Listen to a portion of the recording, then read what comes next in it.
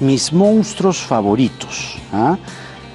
Figuras con, ya, son, digamos, tres figuras controversiales que tú en su momento retrataste: Laura Bozzo, Alejandro Toledo y Magali Medina. Permíteme ocuparnos, evidentemente, de Toledo. ¿Por qué es tan mentiroso? Tú has llegado a, tú que entraste, digamos, al monstruo por, ¿no? Por dentro, llegaste a sumergirte en el personaje. ¿Has llegado a un diagnóstico? Toledo siempre aparentó muchas cosas para lograr sus ambiciones, y esto desde muy pequeño, ¿ah?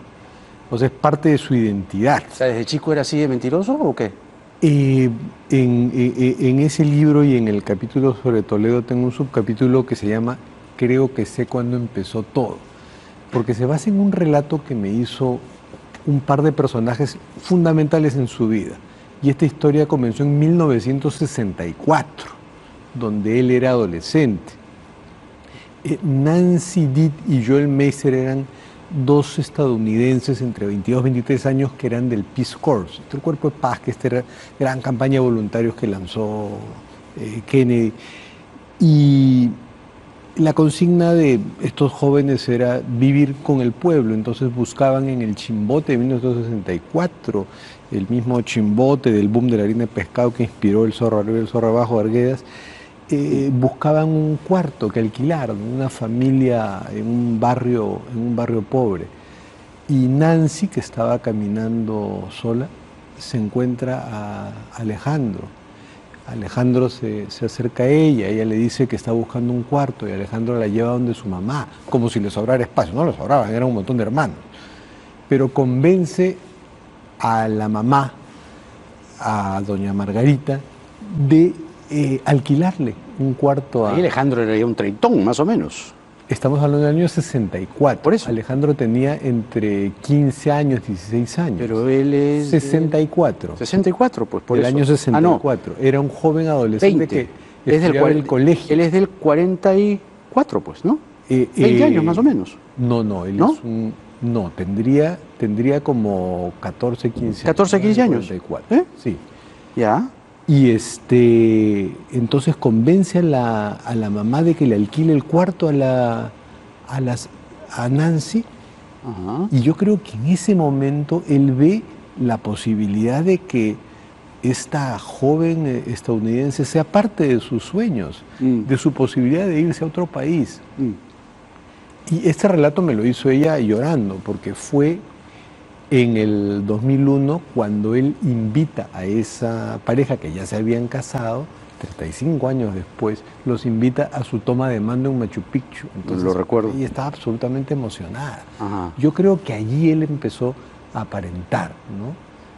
Y la historia con este par de gringos buena onda es extraordinaria, porque incluso ellos se casan en Chimbote, los padrinos son los padres de Toledo, ahorran y lo ayudan a viajar a Estados Unidos, y Alejandro Toledo va a estudiar su pregrado. Él del colegio va directamente a la Universidad de San Francisco a estudiar su pregrado, después el posgrado lo estudia en Estados. Eso le dio a él un espaldarazo, le dio un conocimiento... Por supuesto. Genuino, ¿verdad? Y unos meses antes de ir a Estados Unidos con ellos, los invita a Cabana a conocer sus orígenes, o sea, como para decirles, miren, yo no voy a perder mi identidad, pero ustedes me van a ayudar a mi American Dream, ¿no? Entonces, yo creo que ahí ya empieza a aparentar, pero no lo voy a juzgar por lo que un muchacho de adolescente que está en el colegio pero ahí no todavía se malogra, quiere digamos, aprovecharse todavía, ¿no? de unos estadounidenses que ¿Cuándo incluso se malogra? le dieron plata. ¿Cuándo se pervierte? ¿Cuándo crees tú que se tuerce, Toledo? Yo creo que no se tuerce, pero ya comienza a hacer otras cosas en función de la ambición. Yo creo que nunca la deja de lado, siempre hay ese cálculo de yo voy a aprovechar, voy a jugar con mis orígenes. Creo que en California, que es este laboratorio experimental de muchas cosas, él ha vivido pues el boom de muchas cosas en California, incluyendo Silicon Valley. Él vive allí cuando nace, cuando se bautiza esa zona así. Yo creo que él juega mucho con su identidad, y cuando vuelve al Perú juega con soy el error estadístico, alguien que que en parte era cierto, ¿no? Nací pobre y mírenme, soy ahora un posgraduado, un Harvard. doctor, Stanford. No, pero sí, Harvard, la mentira. La mendacidad es tan, o sea, habiendo egresado de una de las top 5 universidades del mundo, tenía que mentir diciendo no estuve en la top 1, ¿no? Para decir que está en la 1 y además suena mejor. Su mamá, ¿no?, murió en octubre de 1970 más o menos de una enfermedad. Pero dijo que murió en el sismo. En el sismo, ¿no?, de mayo de ese mismo año, porque suena mejor. O sea, suena mejor Harvard, miento. O sea, suena mejor que muere en el sismo, si mientes, miento. Para que tu relato sea más efectista y mientes sobre una cosa tan íntima como la muerte de tu madre, que ni mafiosos ranqueados mienten sobre eso, porque la madre además es muy venerada en nuestra cultura machista, ¿no? Claro. Pero si mientes hasta en eso, pero en ese momento, ¿cómo no va a negar los cargos que le hace la fiscalía, ¿no? Claro, pero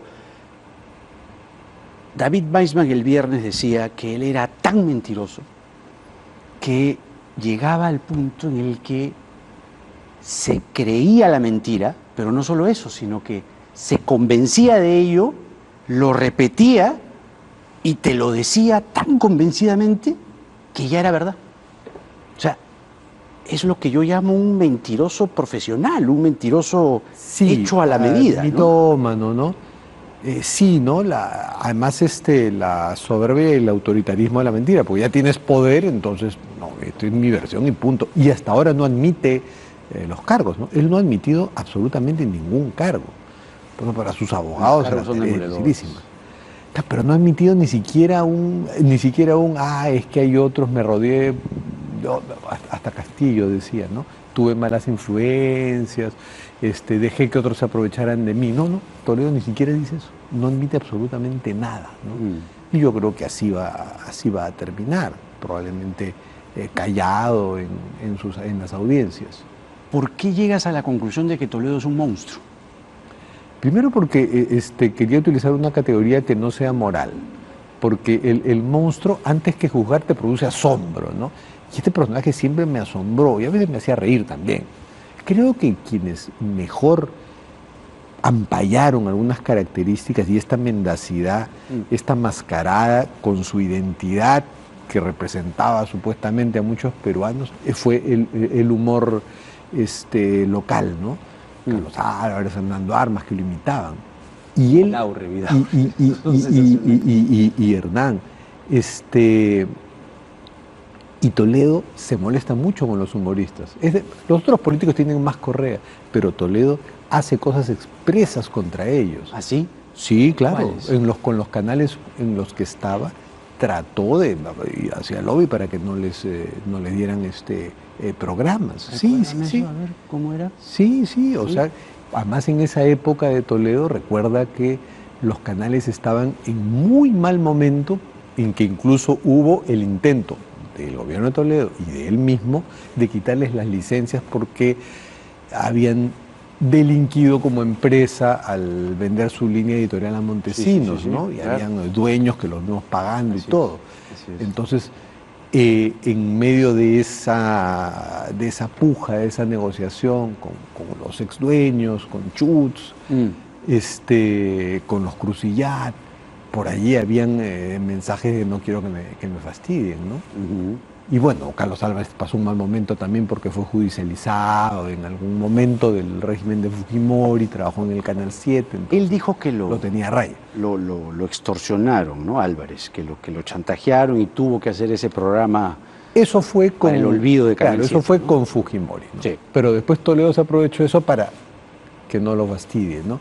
Y son más bien los chistosos, Armas, Vidaurre, ese grupo que lo agarran de punto, y él se encargó de que no tuvieran eso. Pero la clave para que tú digas que Toledo es un monstruo, importante. ¿Cómo la defines? El que sea tan mentiroso que jugó con su identidad y se vendió como un Benito Juárez del siglo XX, del XXI, perdón, de ambos, ¿no? Porque empezó en el 95 la mentira, y no tenía nada de Benito Juárez. Benito Juárez ciertamente era un indígena mexicano que llegó al poder, pero hizo un gobierno impecable y era un liberal. De corrupto no tuvo nada, fue algo muy bueno para México y para la historia latinoamericana y de las diferencias de clases y de razas en este continente. Pero Toledo fue todo lo contrario, fue un total asimilado a las élites peruanas. Su identidad estaba más marcada por su experiencia estadounidense, californiana, que por sus raíces andinas, pero jugó la máscara de que era representante primero para estos dos gringos inocentes que de su propio dinero lo ayudaron a viajar. Por eso creo que ahí empezó todo, en el engaño a esos gringos, ¿no? Que fueron sus amigos y que él los invitó y ellos felices los invitó a su toma de mando, a su inauguration, porque así traducía mal. Claro. Algunos inocentemente creían que sus problemas de lenguaje eran fruto del habla quechua, y no, porque en su zona de Ancash natal no se hablaba quechua, eran del inglés que hasta ahora pesa en su conciencia. Como le explicaba hace un rato al ex procurador Vargas Valdivia, el fin de semana ha estado tajando la memoria, pues, ¿no? Porque hay cosas que uno tiene que volver a revisar y son 20 años más o menos. Y resulta que yo, por ejemplo, no recordaba cosas como que Toledo, no es que no recordaba, ¿no? Pero, por ejemplo, ¿no? Cuando hace el mensaje de Buenas noches, Araí, David Weissman contó que no se lo contó a Elian, por ejemplo, ¿no? Que sorprendió a Elian, que Elian prácticamente quería ir a Palacio y romper las puertas, bajarse las puertas, ¿no? Luego que él, claro, decía una cosa y hacía otra. Y otra cosa que también no recordaba yo, que, mira, él dijo, ¿no?, sobre el video del Melody, su encuentro con estas señoritas prostitutas, que él había sido secuestrado, ¿no? Y él anunciaba, decía, va a salir un video con Elian al costado. Va a salir un video con efectos especiales, dijo. Bueno, y la gente, imaginémonos que eran los efectos especiales. La gente le creía. Efectos especiales en el que yo salgo con prostitutas, dijo. Efectos especiales, imagínate lo que eran, qué aditivos, qué añadidos, ¿no? Claro. Era este. Claro, porque pensó que en efecto podía haber un video, entonces estaba poniendo el parche, ¿no? Decían, pues, ¿no? Que y él pensó que pronto, ¿no?, había. Y la propia Elian también difundió esa versión, ¿no? Sí. Negada porque luego se vio, porque en ese momento no era noticia, que un noticiero había cubierto la llegada de Alejandro 2 días después de Farra a la casa y la cara de Elian conteniendo su furia porque había una cámara grabando, ¿no? Sí. Esa es otra mascarada, ¿no? Lo de Elian, pero que se torna en una relación sólida que no podemos negar que la mujer, por lo menos hasta el día sábado, ha estado a su lado, ¿no? Dicen que está devastada, es lo que han dicho. Lo dudo. Yo no sé. También debe ser una liberación para ella. Comienza una nueva vida para Elian Karp, ¿no? Sí, una nueva vida, yo creo que o en Bélgica o en Israel, ¿no? Sí, está libre. Puede ir a donde quiera. Está libre, realmente. Fernando, muchas gracias. A ti. Como siempre, un gusto. El periodista Fernando Vivas, hablando del perfil, el personaje Alejandro Toledo.